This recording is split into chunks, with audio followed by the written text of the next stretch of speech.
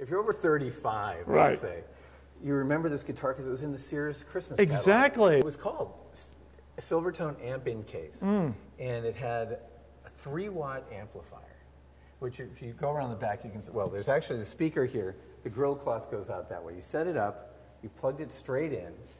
3 watts isn't much more than a clock radio, but you have it all there.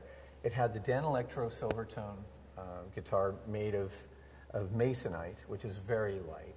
It was cheap. The really interesting thing I like about this is the pickups were lipstick tubes.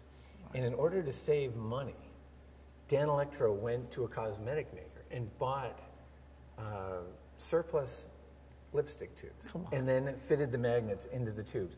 That way they kept the price of this thing down around $67, just under $70. And on sale it was less than $50. Unbelievable. But people like Dylan and Jimi Hendrix originally claimed to have had these and been inspired to get playing by having their parents pick one up, or maybe they could afford to get it themselves. But it all just slaps together. You carry it wherever you want.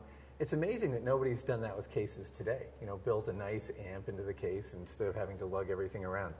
But it is a classic, and you go back to Sears catalogs, and it sort of brings back memories of Christmas and summer and thumbing through the catalogs. The Sears catalog, I guess Montgomery Ward also did Dan Electro. At the time, the 2 biggest retailers in the United States.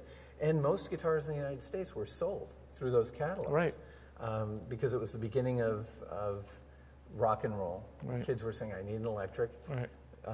Sears said, we got to get them an electric, but it's got to be cheap. They got to be able to afford it. Dan Electro was the largest maker of inexpensive guitars at the time. And so hundreds upon hundreds of thousands of these went through the pipeline.